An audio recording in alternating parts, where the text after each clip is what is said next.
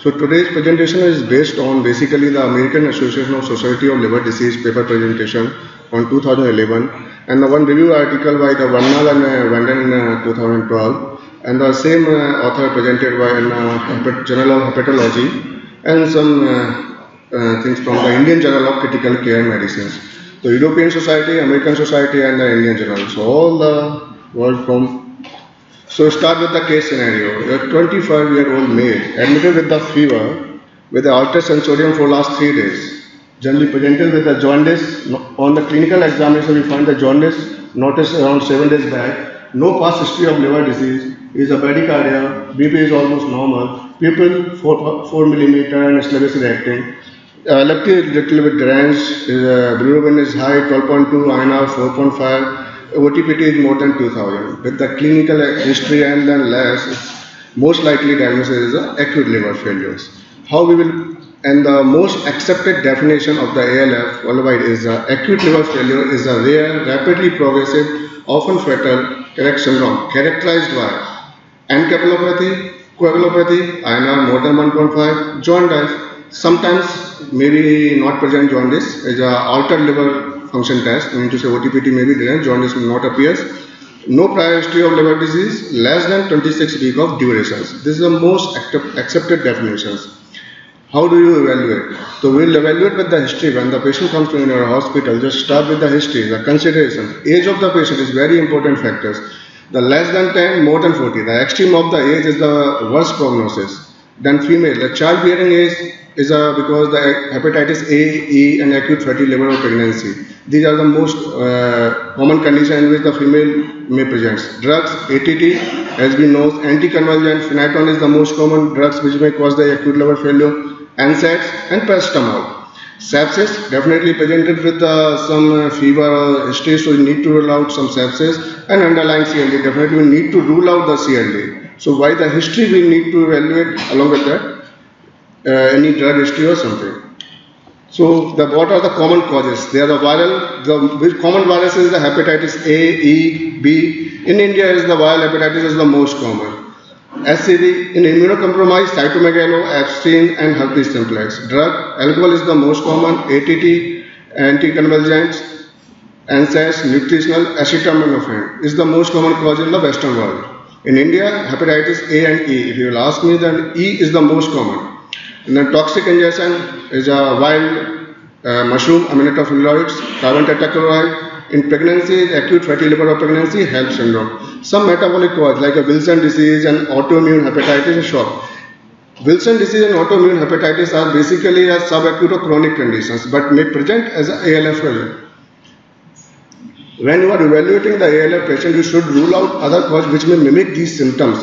The malaria, rickettsia, leptospira, enteric hepatitis, tubercular hepatitis, and amoebic liver abscess. You need to rule out all these things. So for the workup with the history, we can go for the workup like LFT is the most common investigations. Coagulation parameters, synthetic function we need to know. PTINA is the most important investigation for the patient's patient improvement and patient's outcomes.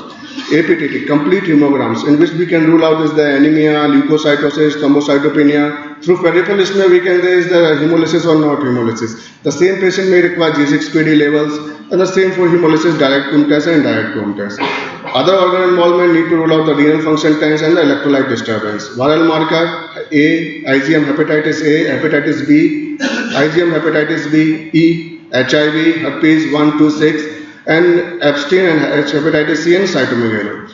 Arterial blood gas with lactate. Basically, why arterial ABG? In acetaminophen is the single important criteria is the pH less than 7.3. Lactate clearance. In the ALF patients, the lactate clearance decrease. Patient may present as a sepsis. Patient may be hypovolumic. So inadequate resuscitation, hyperlactatemia is the most important thing. Arterial ammonia, very important. More than 150 microgram per deciliter arterial ammonia is a sign for the uncal herniations. So one of the more prognostic factors. Ultrasound abdomen to rule out other causes of the liver disease. Liver Doppler, definitely acute portal vein thrombosis can present as a ALF. CECT abdomen, when you are not finding any other causes, the CECT abdomen for IVC thrombosis, Budd-Chiari syndrome. If despite that we are not able to find that, then percutaneous intrajugular liver biopsy may be indicated. What else should we send? If patient is young, Then you may always check for the Wilson disease. For that, you need to rule out serum ceruloplasmin level, 24-hour urinary copper level, and KF ring for slit examinations. If female is a childbearing age, urine pregnancy test you need to send. If patient is a thyroid or diabetic, always work out for the autoimmune, and CNCA, PNCA, both are. Classifications. Around 50 years back, it's classified as a fulminant and subfulminant. That time, liver transplant outcome was not very good. So the nomenclature that given is the fulminant or subfulminant. The fulminant hepatic failure is the jaundice to encephalopathy is less than 8 weeks, and jaundice to encephalopathy period more than 8 weeks is a subfulminant. But after that, after 20 years at the King College Hospital, they already are told they classify is a hyperacute, acute, and subacute. Hyperacute jaundice to encephalopathy is less than 1 week, and jaundice to encephalopathy 1 to 3 weeks, and more than 3 weeks to 26 weeks. Depend on these symptoms. If jaundice to encephalopathy period is less, mean to say then bilirubin count will be less, OTPT will be high, prognosis is good. In hyperacute, common causes acetaminophen, drug-induced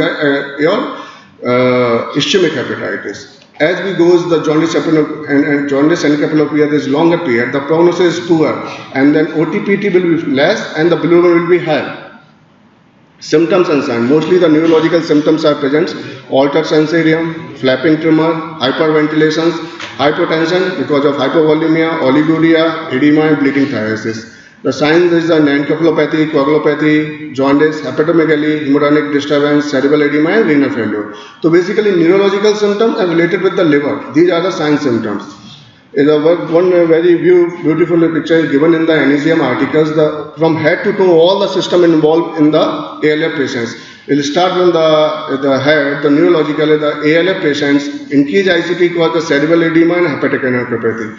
After that, come to the lungs. It start with the ALI and ARDS. Then is the cardiac ward. So it may be the vasodilatory shocks. High cardiac output, low SVR, low MAP. Then the liver, definitely the liver is the most common organ which is affected. Decreased gluconeogenesis, hypoglycemia. Decreased ammonia clearance is the hyperammonia. Decreased lactate clearance, hyperlactatemia. And decreased synthetic capacity and coagulopathies. Adrenal gland affected, so inadequate glucocorticoids. So glucocorticoid deficit is there. So whole of the body organ is affected in the ALF patient. So our therapeutic goal is 3. Basically, specific therapy for individual causes of ALF. Some specific causes of the ALF has a specific treatment. Treating multiple components. Along with that, treat along whatever the other organs supporting, and evaluating the various artificial and bioartificial supporting system. Specific therapy is like a paracetamol. We know the NSAID system is the antidote. Dose is the 150 mg per gram bolus. Then after is 50 mg per gram for 4 hours. Then 100 mg per gram for 16 hours. And thereafter for 72 hours. Hepatitis B, CMV, and EBV and herpes have antiviral drugs. Acute fatty liver of pregnancy or HELLP syndrome, either delivery or the termination of the pregnancy. Amitriptyline, sylvain, or penicillin G are the antidotes. Autoimmune hepatitis, give the steroid with or without azathioprine. How will you manage the case and where you will manage? The grade 1 or 2 encephalopathy patients, ward environment, and skilled nursing.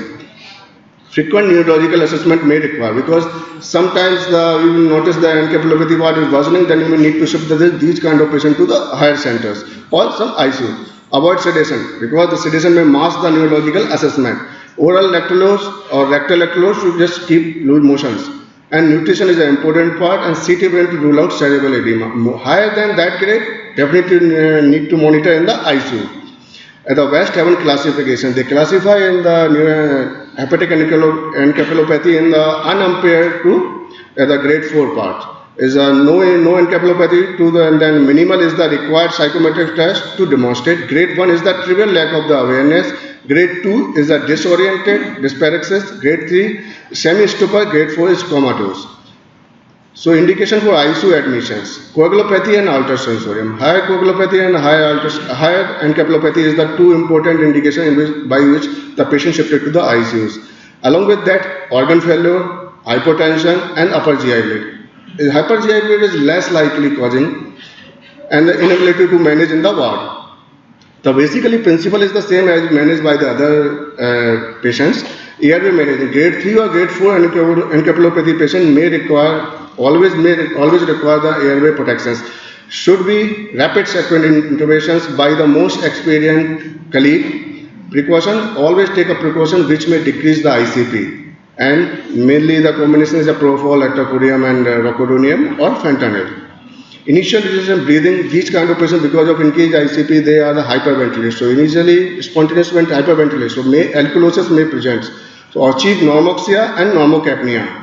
Circulations, keep MAP higher side to maintain the cerebral perfusion pressures and avoid hypotensions. Other measures, correct blood sugar, hypoglycemia is the common electrolyte, hypoglycemia and hypokalemia are the common metabolic disturbance. Proper sedations and anti-cerebral edema measures we can take. How to manage ALF patients? Generally, general supportive care, which measures in all other patients, and the organ support, hemodynamic optimizations, respiratory stabilizations, neurological protections, preserve renal function, maintain metabolic report, and work up for the liver transplant. General support, organ support, and work up for the transplants. General support like strict hand hygiene, just for other infection control patients, and routine surveillance culture if no antibiotic use. Generally can start according to your hospital antibiogram, and central venous line and other invasive lines should put under ultrasound guidance.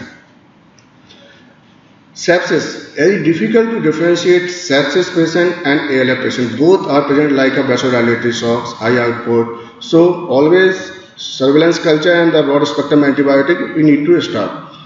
Balanced solutions, fluid of choice, NORAD if not maintain blood pressure with the fluid, and may give with the hydrocortisone because they have a hydrocortisone deficiency. They have adrenocorticoid deficiency. Volume assessment by the IBC or some other advanced hemodynamic monitoring, we can assess the volume like LVOT, VTI or other marker. Now come to the case. So basically our patient are intubated in view of a rapidly progressive encephalopathy. The ventilator setting is like that. Tidal volume is 500, respiratory rate 14, PEEP 10. ABG reading will say the respiratory acidosis. So what's wrong in this settings, ventilator settings? Basically there are 2 or 3 things is the PEEP. We should avoid the PEEP in ICP patients. Keep 5 or less than that. Respiratory rate should increase and the tidal volume will depend on the ideal body weight, lung protective ventilations. So basically respiratory optimization, always control ventilation with sedations and muscle relaxants, lung protect ventilations, normocapnia, intermittent saturation vacation daily, and the look for ALI and watch for the ARDS. Case. Now we come to the case. Now patient central line, arterial line, we have put the central line. What precaution we should take before the procedures? Correction of the coagulopathy, required or not required? These kind of patient always a subclinical vitamin K deficiency. They always give the vitamin K 10 mg subcutaneous, FFP, cryoprecipitate or platelet if we are planning any procedures or is the bleeding. Cryoprecipitate in place of FFP we can give a patient is overloaded. Prophylactic transfusion not required. Even the whatever is the INR, don't give the FFP transfusion. Clinically significance, spontaneous bleeding is very, very uncommon. Well, if you ask me, I never seen a clinically significant bleeding any patients with the high INR, even unrecordable INR. Now come to the case. The pupil is bilateral, people are not reacting to light, not they are presenting with the focal seizures. So is presenting with the high ICPs. So what is the cause? And the hyperammonia or cerebral edema. So cerebral neurological management, the cerebral edema and intracranial hypertension. The most common cause of mortality in a ALF patient is the high ICP, cerebral edema. And about 30% of patients develop uncal herniation while awaiting for the transplant. Of patients who are with the high ICP without transplant, 90% mortality is there. So basically in ALF patient for high ICP, there are the 2 theories they have given. One is the hyperammonia. Because of hyperammonia, they say there is the astrocyte swelling and it's causing the cerebral edema. Other theory they are saying that because of cytokine release causing vasodilatation, so there is increased blood vascular, increased intracerebral volume, so causing cerebral edema. So we need to cut down all the measures by the mannitol, hypertonic solines or prostaglandin inhibitor, hypothermia. These are the measures to protect the neurological status. Risk factors, grade 3 or 4 encephalopathy, serum ammonia more than 150 microgram per deciliter, rapid or hyperactive progressions that may occur only in the mainly in the viral hepatitis or acetaminophen poisonings, sepsis, vasovagal support and intermittent dialysis. Raised ICP signs, as you know, is a hypertension, bradycardia, focal seizure and decerebrate postures, abnormal. Management definitely as other patients like a mannitol 0.5 to 1 gram per kilogram bolus, then after 1 gram per kilogram, 8th hourly, 3% NS to achieve the sodium around 140-150, head and elevate for 30 to 45 degree. Avoid hypothermia. Need to set mild hypothermia, 35 to 36. Remove constriction tapes to drainage of the cerebral blood volumes and avoid vigorous endotracheal. Mean to say take all the measures which may decrease the ICPs. Hyperventilation for a shorter period.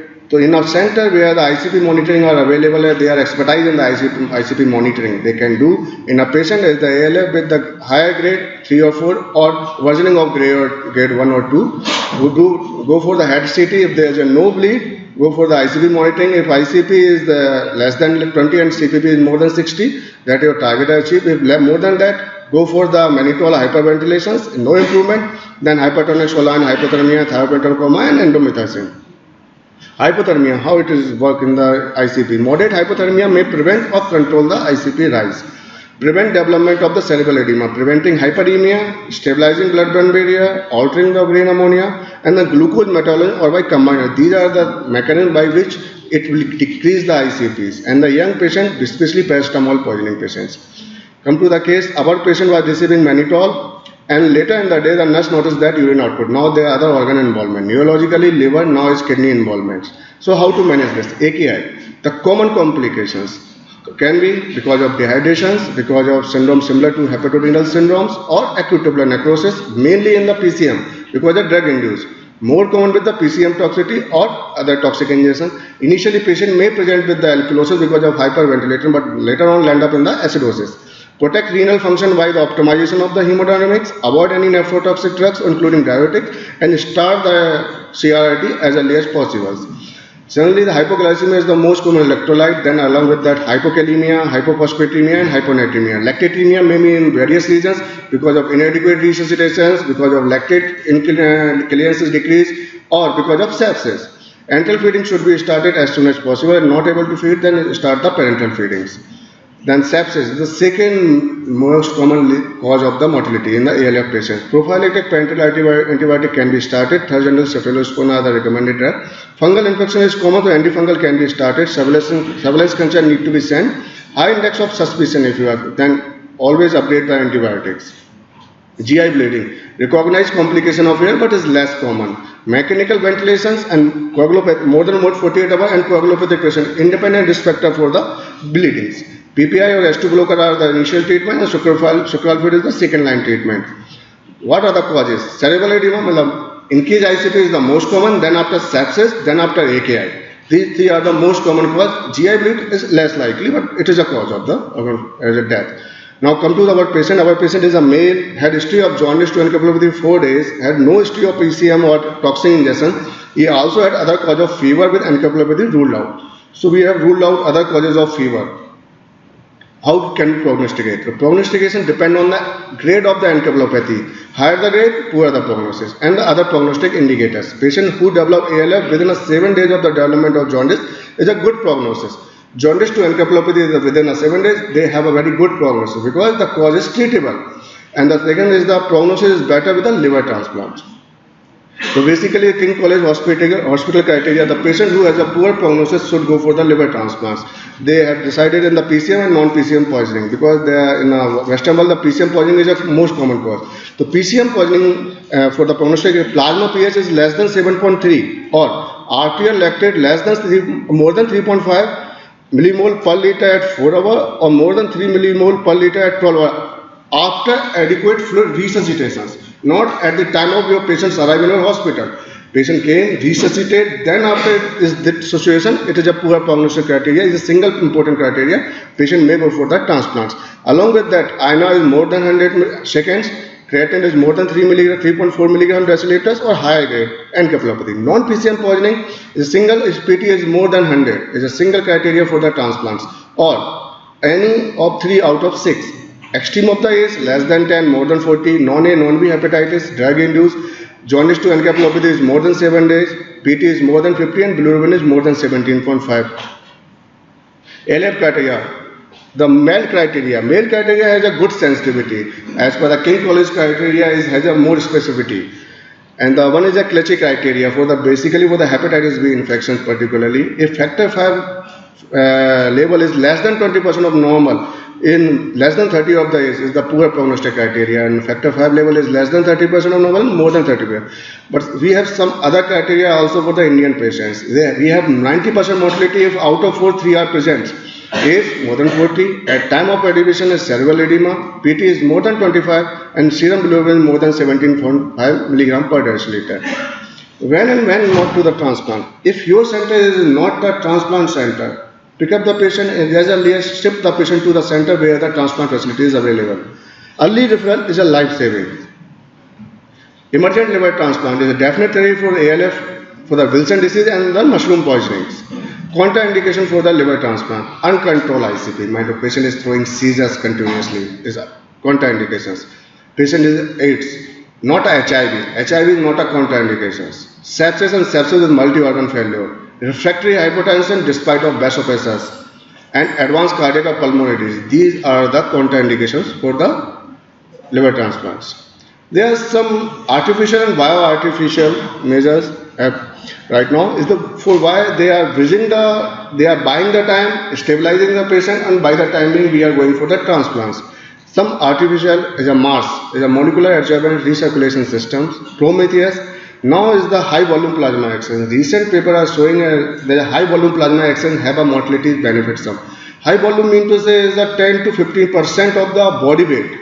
Generally, our plasma is a 15 ml per kg. So in a 60 kg patient, around 900 ml is the plasma volume. But it is a 10 to 15% of plasma volume. If a 60 kg is an ideal body weight, around 15% is a 9 liter. So 10 times of the normal plasma. So the high volume plasma exchange is now showing some improvement.